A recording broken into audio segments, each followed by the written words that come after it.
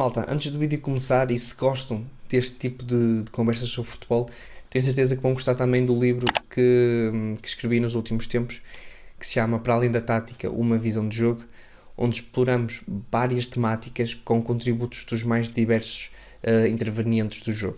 Portanto, se quiserem adquirir o livro, o link da Prime Books está disponível aí na descrição. E é isso, malta. Se quiserem, podem adquirir aí o livro. Bom vídeo.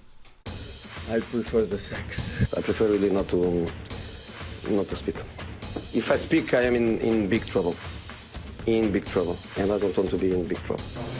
Porque sou eu o treinador. E como sou eu o treinador, eu é que sei o que é que faço. Mas isso é você que é treinador, eu não sou treinador. Eu sou um aprendiz treinador.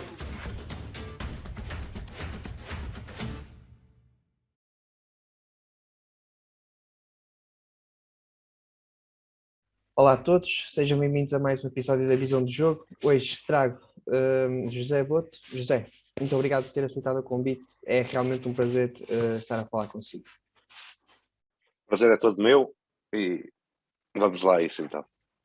José, eu estive a ver um bocado aquilo que era o seu passado e reparei que você tem experiência enquanto treinador de futebol. A minha primeira pergunta vai no sentido em que acha que para ser um bom scout é necessário ter alguma experiência enquanto treinador? Respondendo-te a isso, é assim, a mim ajudou-me imenso, mas eu conheço muitos bons scouts no panorama internacional que não passaram pela experiência de ser treinadores. Alguns saíram de ser jogadores diretamente para scouts, outros nem sequer jogadores foram e são ótimos scouts. Portanto, não acho que seja uma coisa fundamental.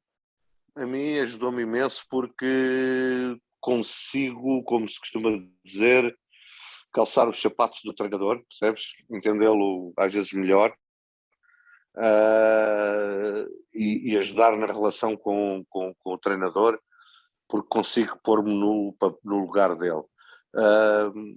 Mas dir-te-ei que a forma como no scouting tu tens que olhar para o jogo é um bocadinho diferente daquela como tu olhas como treinador. Por isso, se calhar, às vezes, até ser difícil para alguém que é treinador chegar a um nível em que tu consegues partir o jogo, vamos lá, não é partir o jogo, é extrair o jogador do jogo que estás a ver, percebes? Perceberes o que é dele, perceberes o que é da equipa, perceberes ou tentares prever se ele se enquadra nas coisas que tu queres para a tua equipa, que a tua equipa faz, e se ele tem capacidade, apesar de não as fazer, se não as faz porque não as consegue ou não as faz porque a equipa não ou seja, a equipa onde ele está não lhe é pedido para fazer. Portanto, é uma forma muito diferente de olhares para o jogo. Vocês, enquanto scouts, observam, para além das características do jogador e tudo mais, vocês observam que cada jogador proporciona em cada momento do jogo específico ou isto é demasiado pormenorizado? Não, ou seja, eu acabo de fazer isso, percebes? Em cada momento do jogo consigo perceber o que é que ele está a fazer, se aquilo que ele faz se enquadra naquilo que é o modelo da minha equipa, se aquilo que ele faz falo por ele ou falo porque é uma obrigação da equipa, se sendo uma obrigação da equipa, se ele é capaz de fazer outras coisas que eu não estou a ver, mas que ele tem essa capacidade. Portanto, é um processo um pouco complexo, mas que depois com a experiência sai-te naturalmente, percebes? E tem muito a ver com a tua experiência, com o teu feeling, com uma forma já quase que natural que tu olhas para o jogo. Eu posso dizer, às vezes estou com colegas meus, ou mesmo com os treinadores, eles estão a olhar para uma coisa e estou a olhar para outra coisa completamente diferente. Porque estando a ver o mesmo jogo, eu estou-me a focar em certos aspectos que lhes passam ao lado a eles, que são treinadores, e alguns aspectos que me passam ao lado a mim, não lhes passam a eles como treinador, mais como comportamentos coletivos e essas coisas, a mim passa mais vezes um pouco ao lado, porque estou mais focado em coisas individuais, percebes? Acaba por ser algo que cada um tem a sua forma de olhar, mas porque acaba por ser natural e dizer que não há uma fórmula para olhar para os jogadores. Então, devemos olhar desta forma, não, depois também, tem muito a ver com a tua sensibilidade, com a tua experiência, com o teu feeling, tem muito a ver com isso também. É dos que acredita que no aquecimento consegue ver muito daquilo que é o jogador? Não, eu uma vez disse aí numa entrevista, e isso até foi assim um pouco... eu lembro-me do professor Vitor Frado usar isso também, em que eu disse que muitas vezes consigo perceber só pelo andar a qualidade do jogador. Portanto, isso num exagero, não é? Claro. Mas normalmente o jogador talentoso tem ali qualquer coisa que te sobressai logo à partida. Às vezes nem é preciso o aquecimento, até a forma como ele vai para o aquecimento, tu consegues perceber que há ali qualquer coisa. Às vezes pode ser só estilo e acaba por não se confirmar. Mas tem realmente aqueles jogadores mais talentosos, e naquilo que eu entendo por talento, têm normalmente uma forma diferente de estar e que tu consegues perceber no aquecimento. Sei lá, eu olho aqui para um jogo, ou olho para um aquecimento, mesmo que sejam miúdos, e já tenho essa percepção de perceber a forma como tu tocas na bola, o próprio som que a bola faz quando te toca no pé, a forma como tu recebes a bola, sei lá, num meinho, num simples exercício de passe e recepção, tu consegues perceber que se calhar dois jogadores estão a fazer a mesma coisa, estão em níveis diferentes daquilo que é a sua relação com a bola, percebes? Mas claro que há muito mais do que isso para ver, mas aquelas coisas básicas é óbvio que tu consegues perceber até no aquecimento. Claro. Existem também aqueles jogadores que geralmente treinam diferente daquilo que jogam. A minha pergunta vai no sentido em que você consegue observar algum treino quando quer observar algum jogador? Ou baseia somente Não, nos jogos? Não há mesmo possibilidade a de...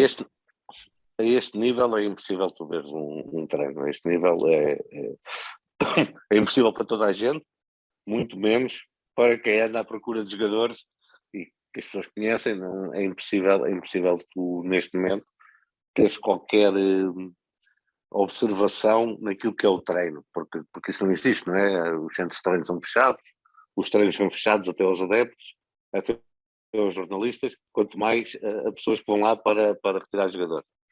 Portanto, toda a análise das qualidades do jogador baseia-se naquilo que eles fazem no jogo, não é?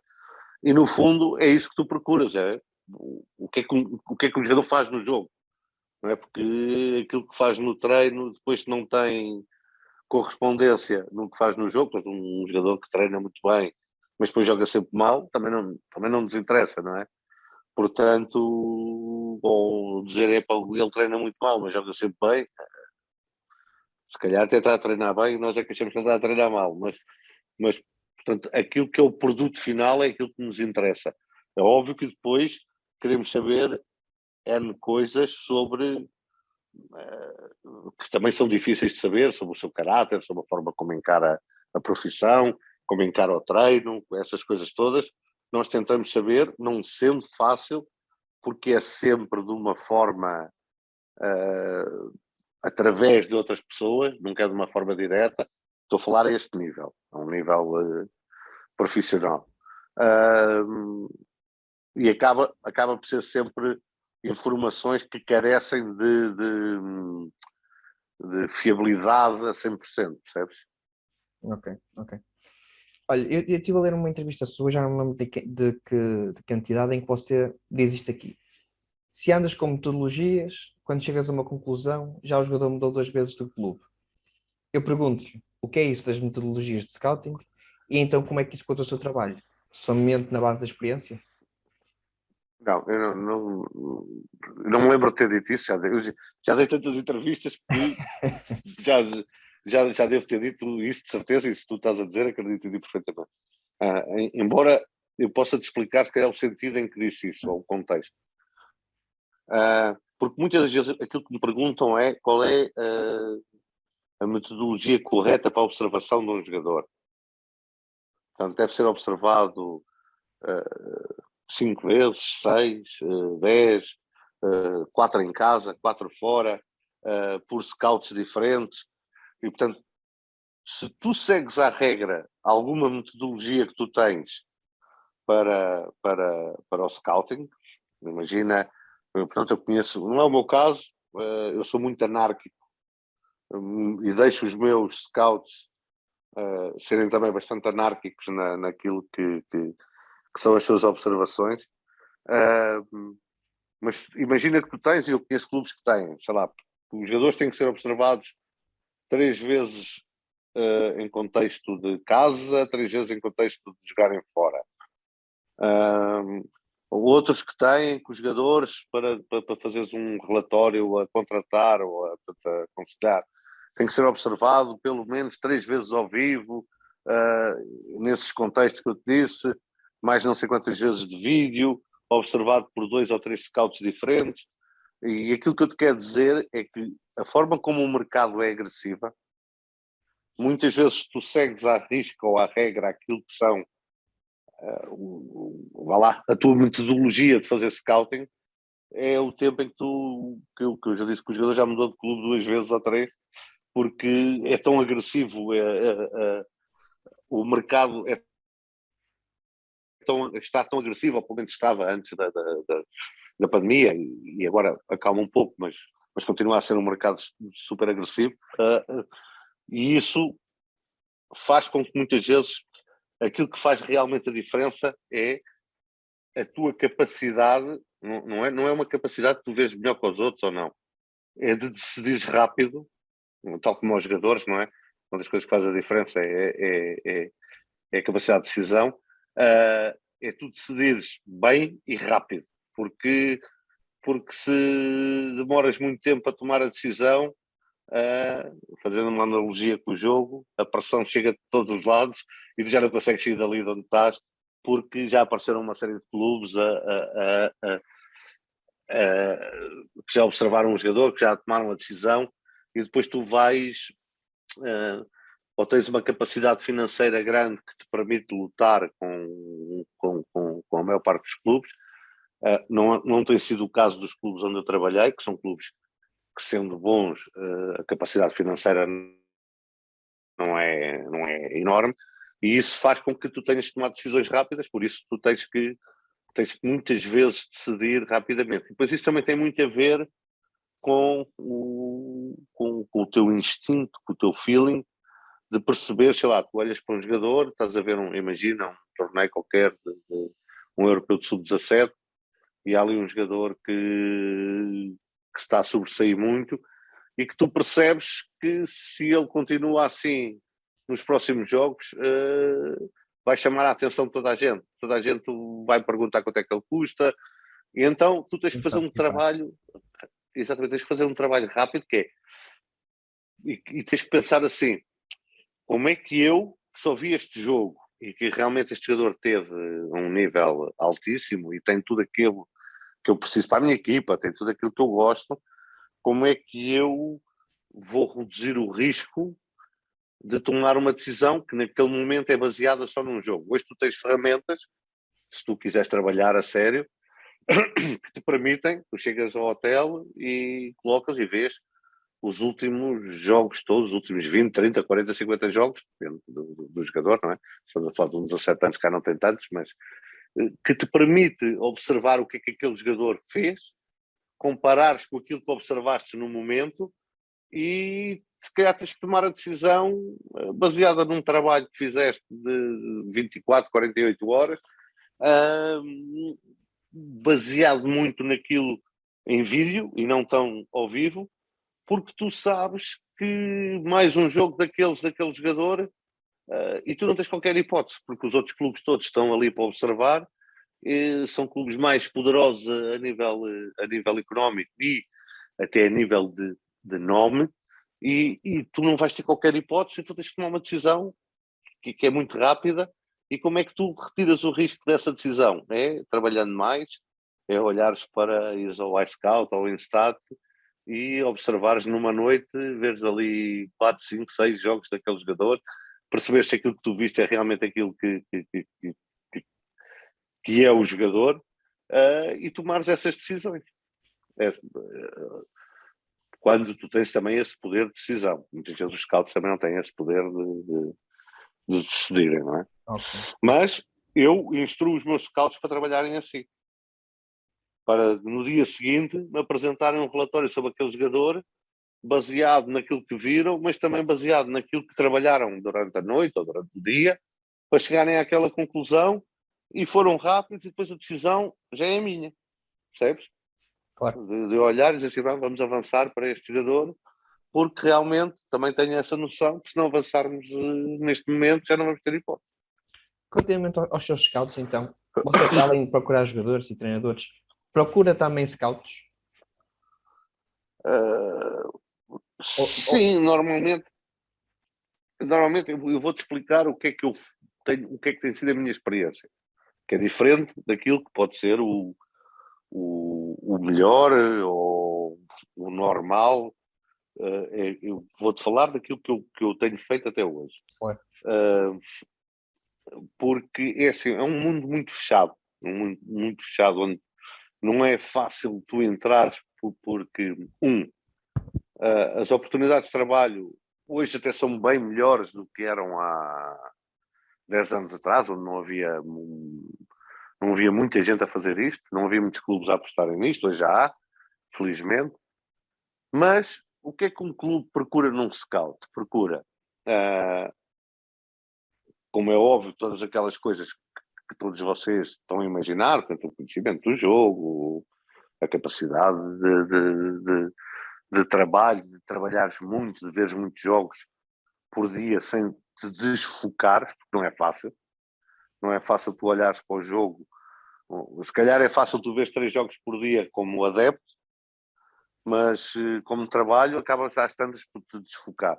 Ter essa capacidade, N capacidades, N características que um scout deve ter, mas depois há uma que toda a gente procura e que faz com que o mercado de scouting não seja muito aberto, que é do networking, da experiência que tu já tens na área, de teres já feito esse trabalho para outros clubes, e, e teres uma rede de contactos enorme, porque é muito importante na profissão de scout, e então acabam por os scouts andarem muitas vezes também de uns clubes para os outros, porque quando tu queres ter um departamento de scouting forte, a primeira escolha vai para aí. Estás a ver? Vai para alguém que já fez esse trabalho, que tem uma rede de contactos muito grande e que sabe como é que se faz este trabalho, as dificuldades, porque ele também tem dificuldades, a disponibilidade para o fazer, porque tu acabas por passares a vida em hotéis, aeroportos, em carros. E é muito mais fácil isso para quem já está habituado a fazê-lo, não é? Quem faz isso já do que para quem não faz. No meu caso, os scouts que eu tenho feito, até por uma questão de deixar algo nos clubes, eu tenho trabalhado sempre com gente nova, gente que quer ser scout, que ainda não tem experiência, mas que tem uma vontade grande de trabalhar nesta área, e tenho ajudado a formar alguns scouts que começaram do zero comigo. Isto a mim traz-me algumas vantagens, que é de poder formá-los naquilo que é a minha visão, ou do que é a visão do clube, formá-los de base, sem grandes coisas que venham de trás, sobre as principais características que devemos procurar nos jogadores, percebes? Tens qualquer experiência no futebol? Não, alguns treinadores, É outros isso. analistas, percebes? Ok. Ou gente que vem da faculdade, por exemplo, da área do futebol.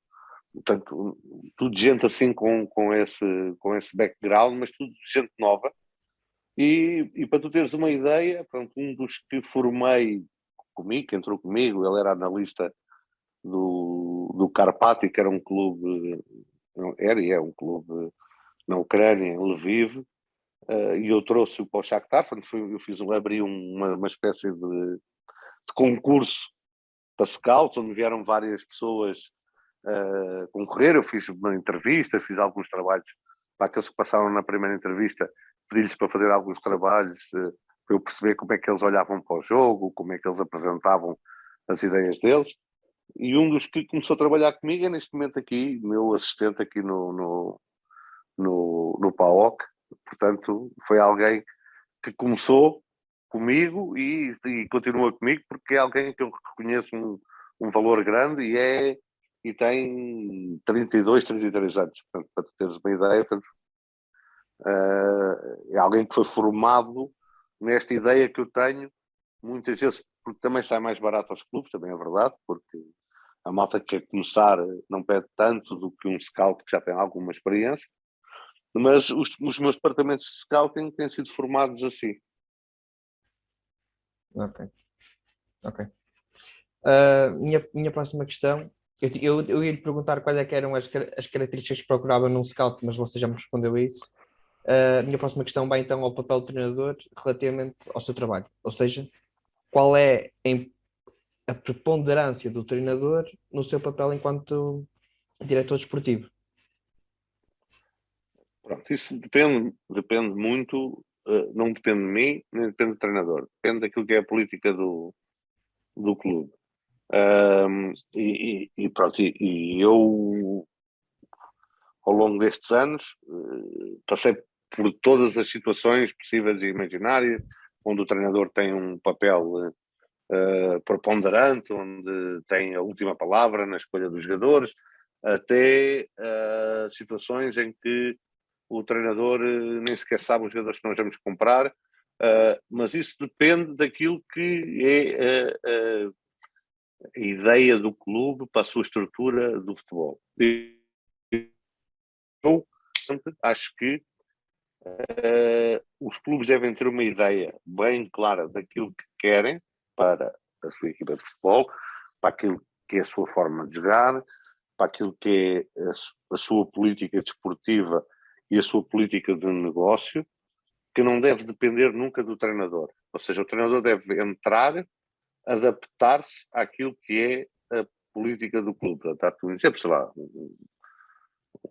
um Ajax, que tem sempre uma forma de jogar igual, e os treinadores vão se adaptando a isso. O próprio Shakhtar, que foi um clube que eu apanhei ou seja, não fui eu que trouxe essa ideia, mas já era uma ideia que tinha, que os treinadores adaptam-se àquilo que é a ideia de jogo do clube.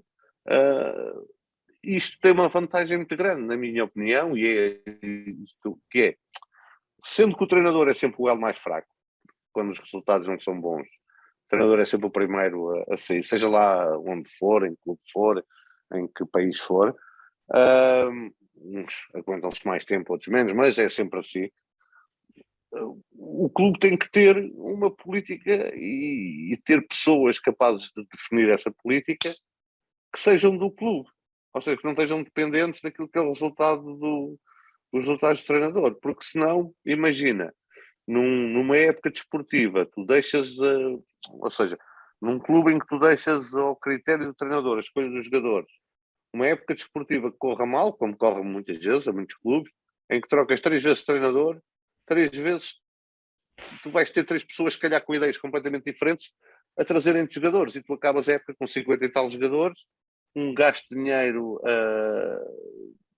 injustificado, e depois no ano seguinte vem outro treinador ainda que diz que nenhum daqueles 52 prestam, e isto tu, infelizmente, vês em muitos clubes, tu vês muito.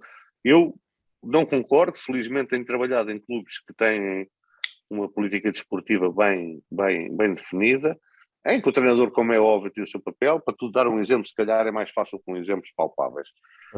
Imagina esta situação. Nós temos um plantel e, de repente, um dos centrais, um central que normalmente está no 11 titular, tem uma lesão grave, ou é vendido. E tu precisas substituir esse central por outro central com as mesmas, não é características, mas com a mesma posição dentro da equipa, ou seja, alguém que seja fundamental, que venha para jogar logo de caras no 11. Tu aí tens que ouvir o treinador, porque é o treinador que vai metê-lo.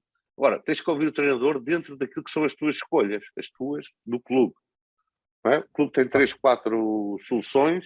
Diz, pá, destes, qual é que você vê como alguém que pode, já do imediato, substituir o jogador que saiu? E o treinador diz, não, eu gosto mais deste, acho este mais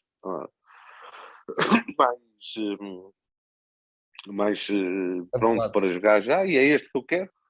E pronto, e aí o clube, juntamente pronto, com o treinador, tomam essa decisão. Dá-te um exemplo completamente do oposto. Imagina que tu vês um jogador que é super talentoso, que tu vês que é uma posição que daqui a 2, 3 anos tu vais necessitar e que esse jogador tem esse tempo para crescer até o poder substituir, não é? Imagina, tens passou-se agora no Shakhtar. Nós tínhamos o Dodô, que era o lateral direito, que era, nas últimas 2 épocas, tínhamos sempre ofertas grandes para ele. E então decidimos ir buscar um lateral direito mais novo, que precavesse daqui a 1, 2 anos a venda do Dodô. Aí não perguntamos ao treinador se quer ou não, porque o treinador sabe lá se daqui a 2 anos está nem o treinador nem nós.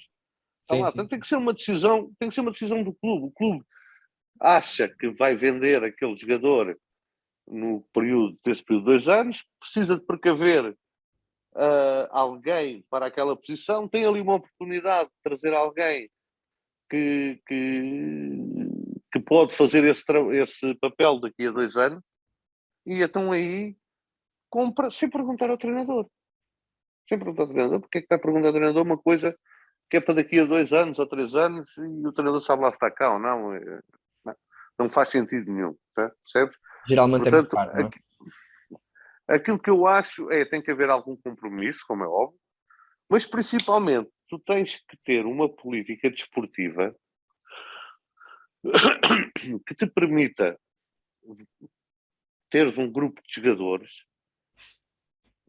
que vão para aquela tua ideia de jogo, tua, do clube, do presidente, seja lá quem for, do diretor desportivo, e que depois a tua escolha do treinador tem sempre a ver também com aquilo que tu tens, com aquilo que é a tua ideia, a ideia do clube e com os jogadores que têm. Porque se assim for, o treinador vai chegar e não te vai pedir 5, 6, 7 jogadores. Não, vai ficar contente com aquele plantel.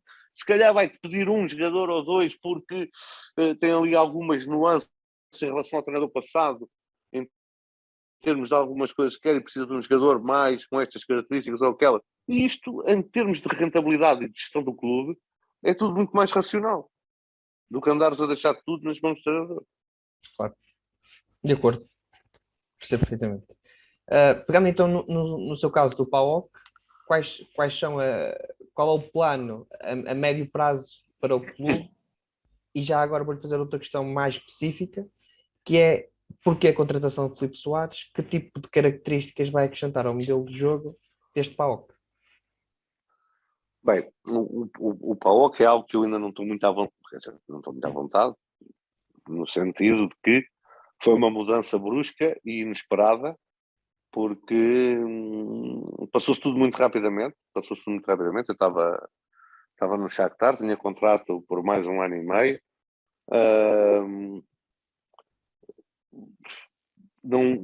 Isto tudo que se passou não se sentia em dezembro. Ninguém previa que ia acontecer isto que está a passar, infelizmente, na Ucrânia. Mas apareceu esta possibilidade do PAOK de dirigir todo o futebol do clube. Como é óbvio, também eles mostraram muita vontade de me querer, não só naquilo que me ofereciam a mim, mas também naquilo que foi pagarem a minha cláusula de rescisão para com o Shakhtar. É sempre algo que tu sentes que as pessoas te querem mesmo. aquilo que me pediram foi para reestruturar um pouco o clube, de tornar o clube mais moderno, mais capaz, e neste momento estamos numa fase de transição em que eu também não te vou dizer que já percebi tudo em relação ao clube, não percebi. Felizmente tem um treinador em que pensamos o futebol mais ou menos da mesma maneira, e então as coisas têm sido mais fáceis, mas estou ainda numa fase de estudo de muitos dossiês ou seja, a nível da primeira equipa já definimos o caminho a tomar, a nível daquilo que é o clube na globalidade, em termos de futebol, da sua ideia, de como é que vamos lá chegar, precisa ainda de mais tempo, mais trabalho aqui, de mais trabalho de percepção, para poder delinear um plano, um caminho para que o clube, no seu todo, que não seja só a equipa principal, porque as camadas jovens, isso tudo, porque estão tudo debaixo da minha alçada, tenham uma ideia comum, precisa ainda mais de um pouco de tempo. Em relação àquilo que perguntaste do Filipe, a questão é, eu chego com a época a decorrer, chego para uma realidade completamente diferente daquela que eu estava, uma realidade que eu não conhecia tão bem, portanto tive que me mover com muita cautela, com muito cuidado naquilo da percepção do que é que a equipa precisava, muita conversa com o treinador. A equipa vinha de um período mau mesmo de resultados, e estava a entrar num período muito bom que tem até agora, desde que eu cheguei. Já disputámos e estamos na Conference League, no campeonato e na taça. Já disputámos, eu não me lembro de uma semana completa que não houvesse jogo a meio da semana, e só perdemos ainda uma vez. Portanto, quer dizer que a equipa vinha num ascendente, e se calhar não era bom fazer muitas mexidas. Havia aqui uma lacuna no meio campo de um jogador que tivesse uma capacidade sendo bom defensivamente, fosse alguém que acrescentasse também algo ofensivamente, com capacidade de chegada à área, transporte da bola para zonas de ataque. O Filipe enquadrava-se nessas características, enquadrava-se também em algo que eu tinha muito presente, que era renovar um pouco em termos de idade a equipa, e pronto, e foi um dos jogadores que trouxe, também lateral direito que jogava no Mallorca, que eram aquelas necessidades que o treinador também me pedia mais do que eu ter essa percepção. Aqui baseei muito naquilo que o treinador dizia, porque eu caí aqui de paraquedas no meio de um mercado, percebes? Não, sabe que o Filipe é um jogador que eu aprecio muito e que até dou bastante valor, porque enquanto teve no Moreirense deve ter tido para aí 8, 9 treinadores e no entanto jogou sempre. Por alguma razão deverá ser, não é? Sim. Parece ser um jogador que se adapta facilmente. A minha próxima questão era relativamente a isso, era sobre a adaptação. Se o Filipe teve muitas dificuldades de adaptação, e neste caso, numa forma geral, quais são as principais dificuldades de adaptação dos jogadores num clube como o PAOK? Se é que já me consegue, como estava agora a dizer, se me consegue indicar isso. Não, a adaptação tem sido dentro daquilo que nós esperávamos, se calhar não tão rápida como ele esperava, o Filipe, mas nós já esperávamos que fosse assim, porque ele é muito novo, tem 22 anos só, é a primeira experiência fora do país, numa cidade completamente nova e diferente daquela que ele viveu durante os últimos tempos, um clube que tem um envolvimento especial a nível da cidade, dos fãs, é uma loucura total, o clube aqui é quase como uma religião, o que também traz uma pressão adicional, não é? Novos companheiros, uma nova forma de jogar, uma posição que não é mais fácil, sei lá, se for um lateral, o lateral adaptou-se muito mais rapidamente do que o Filipe, porque tem a ver também com as características da posição, aquilo que é pedido. Tem feito agora os últimos 3 jogos da Liga, 4. Jogou em 3 a titular e teve uns desempenhos que se podem dizer normais, muito longe daquilo que ele pode, daquilo que ele pode e que nós todos esperamos que ele vá fazer.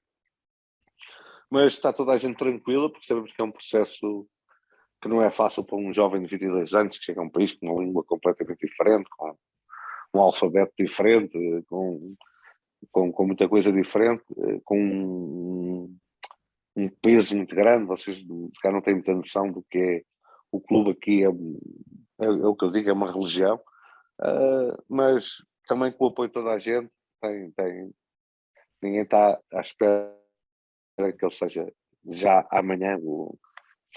Isto é um plano e o Filipe faz parte desse plano de renovação da equipe. Ok. Uma pergunta mais pessoal para si, se me quiser responder também está à vontade, mas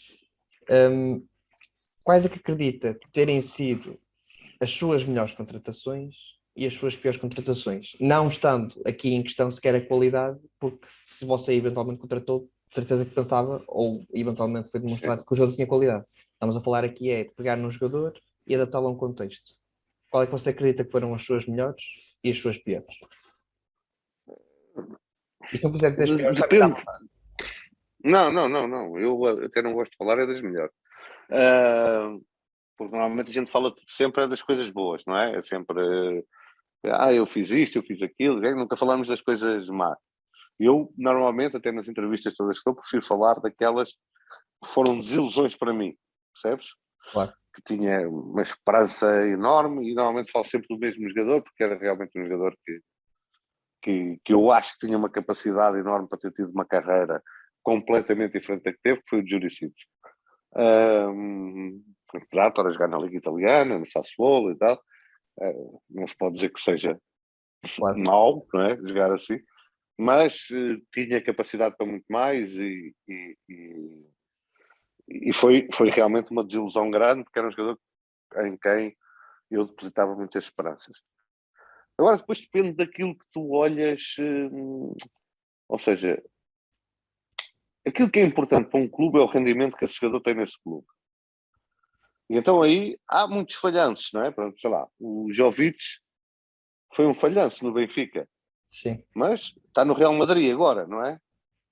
O Nolito, se calhar foi um falhanço do Benfica, mas acabou por chegar à seleção espanhola e ao Manchester City, depois de ter jogado no Benfica. Isso tem a ver com a forma como tu olhas para isso. Eu olho sempre para aquilo que é o rendimento no clube. Rendimento no clube, Markovic, top. Chegou, teve um rendimento brutal, foi vendido por mais do dobro do dinheiro que custou, muito mais do dobro do dinheiro que custou, depois desapareceu. Não é? Verdade. Depois desapareceu. Naquilo que era o objetivo de quem trabalha, como eu, trabalha para um clube, perfeitamente conseguido. Não é? O jogador vem, tem rendimento esportivo, rendimento financeiro, melhor que isto não há. Desapareceu depois da cena do futebol, não é? Portanto, houve aqui algumas razões que levaram a isso. O outro usar que nós trouxemos não tiveram esse rendimento esportivo, nem algum rendimento financeiro que nós esperávamos, mas depois comprovou-se mais tarde que eram jogadores para jogar no top. Claro. Portanto, isto tem muito a ver com o contexto. Eu costumo dizer isto muitas vezes, que mais do que nós falharmos a avaliação, porque eu não acredito que nenhum scout falhe a avaliação. Portanto, quando está a avaliar um jogador, avalia por aquilo que são as suas convicções, ou por que são as convicções do treinador, ou as convicções do clube. Normalmente, onde nós falhamos é naquilo que é o acompanhamento e a adaptação do jogador ao contexto para que vai. Isso sim. Isso muitas vezes é culpa dos clubes, é nossa culpa, mais do que até dos jogadores. Por isso é que eu costumo dizer, tirando um ou dois jogadores, quase todos eles, e depois outros clubes deram, outros só deram aqui e já não deram mais lado nenhum. Claro. Se calhar porque tivemos mais cuidado com esses jogadores e não tivemos tanto com os outros.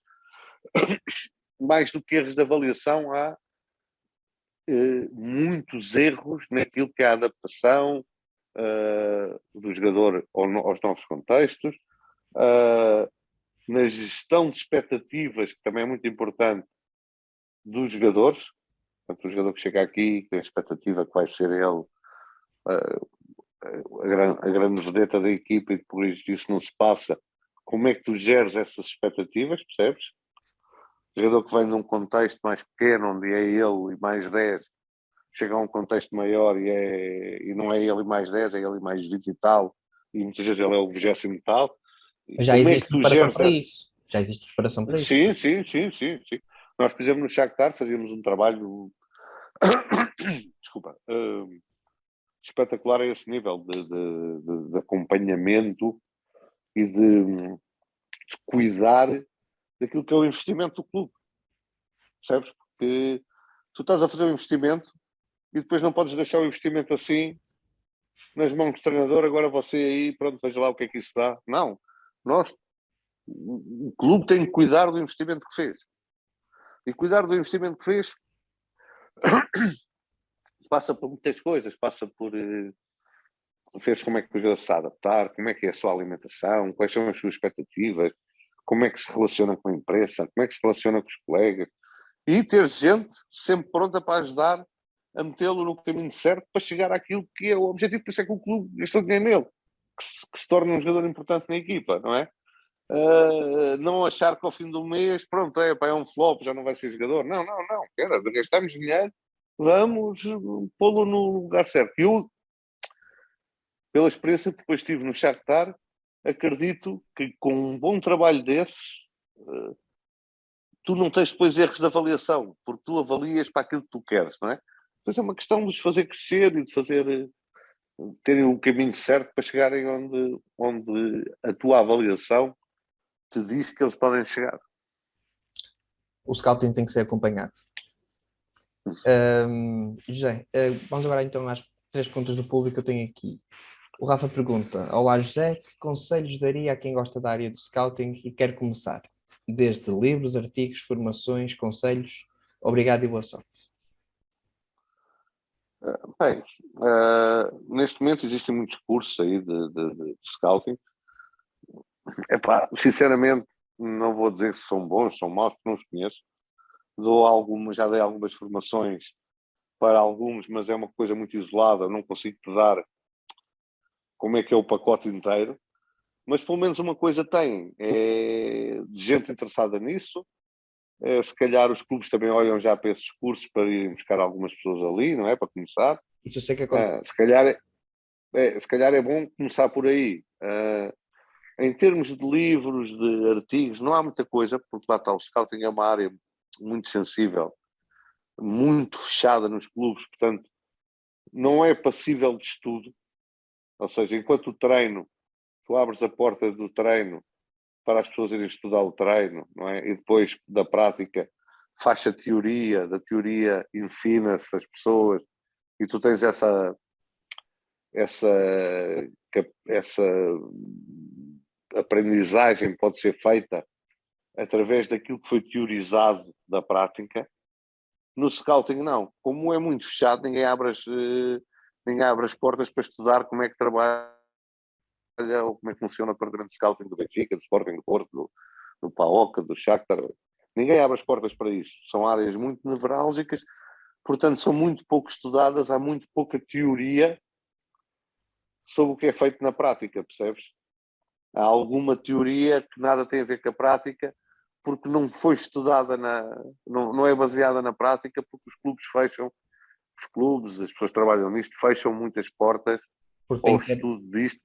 Tem que ser a vantagem. Exatamente, isto é uma área muito nevrálgica, onde não é fácil tu abrir as portas para as pessoas verem como é que funcionam, para depois chegar-se a conclusões teóricas sobre os funcionamentos ou de como é que isso deve ser feito ou não.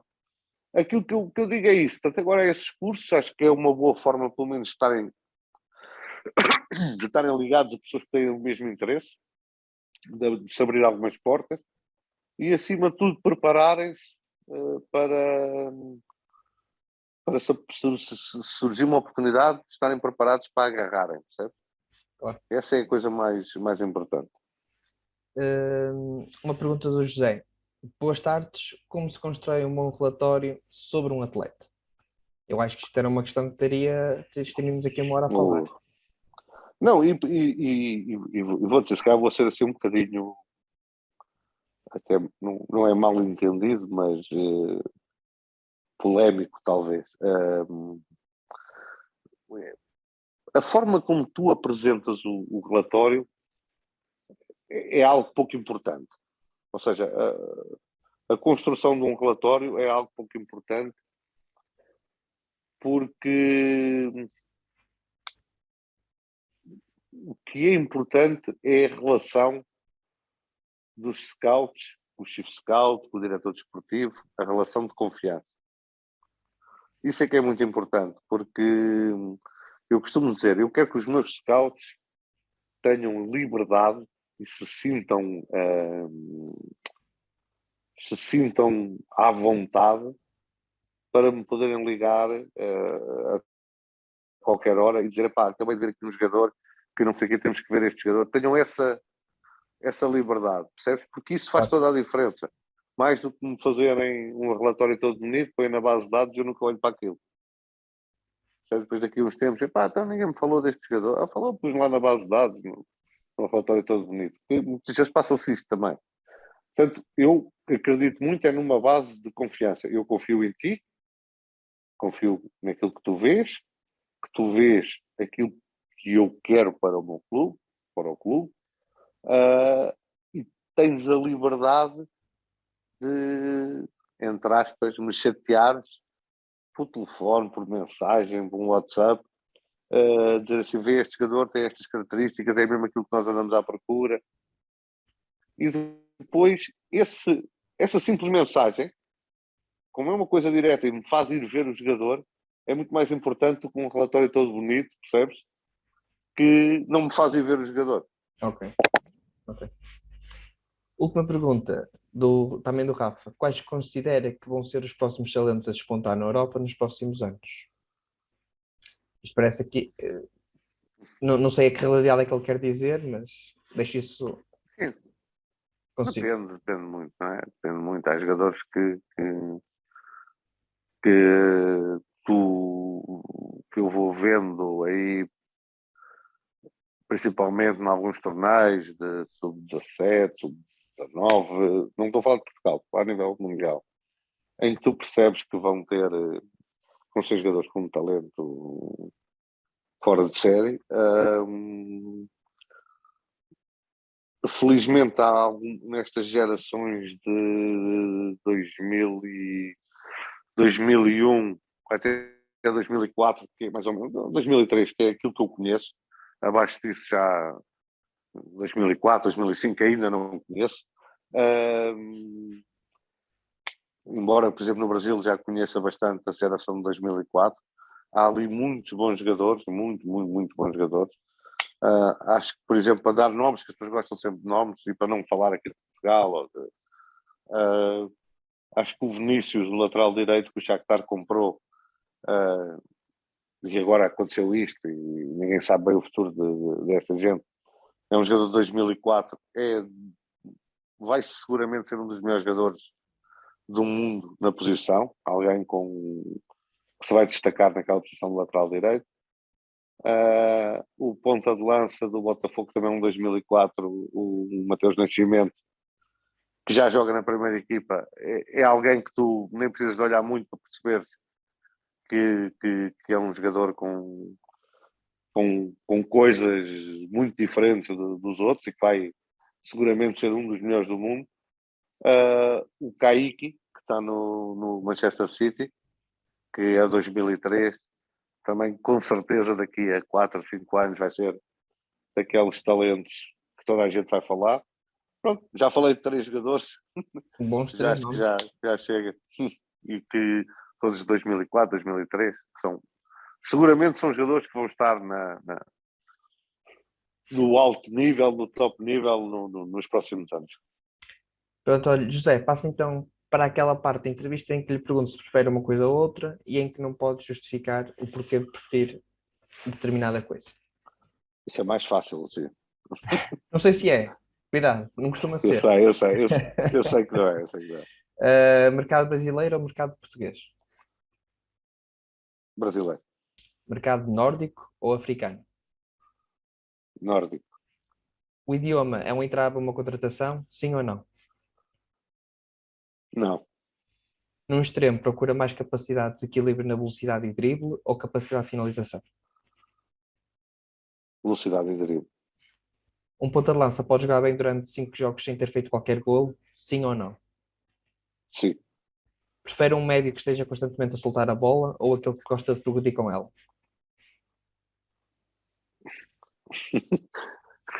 Essa, eu gosto dos dois, pronto, é assim que gostas mais da mãe ou do pai, depende. Gosto muito de ver médios que jogam um toque, gosto de senhora. Eu sou, eu sou alguém que vem do futebol do Cruyff, da seleção brasileira de 82, um futebol bonito, jogado a um, dois toques, e gosto muito desse tipo de jogador, mas um jogador que transporta a bola também é um jogador importante, depende é como a transporta. Era só uma preferência. Eu sei que deve gostar dos dois. O que é mais importante num guarda-redes? A sua altura ou o seu jogo de pés? Para mim é o jogo de pés, mais do que a altura. Onde gostaria de exercer as suas funções com maior preferência? La Liga ou Premier League? Lá, liga. Um treinador participador ou um treinador não participador no mercado de transferências? Desculpa, podes repetir que eu não percebi bem. Se prefiro um treinador que Que participe participa? ou que não participe. Exatamente. Tanto me faz. O jogo posicional de Guardiola ou o gegenpressing de Klopp? Guardiola. Então, José, a pergunta que faço a todos os convidados, qual é, de uma forma geral e abstrata, a sua visão do jogo?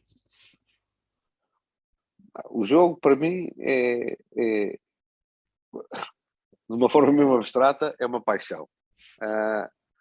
Como é uma paixão, é algo que desperta sentimentos. Como é algo que desperta sentimentos, tem que ser algo que é bonito. E algo que é bonito, para mim, é bem jogado, percebes? Mais do que ganhar. E portanto, são estas, em abstrato, estas coisas que eu procuro no jogo. É despertar sentimentos, despertar emoções, boas emoções, bons sentimentos, através da beleza do jogo, que foi isso que me fez gostar do jogo. José, obrigado. Sim, malta, esta é aquela parte chata do final do vídeo em que eu vos volto a chamar a atenção para comprarem o meu livro. Se quiserem. Se não quiserem também. Comprem também. Vá lá.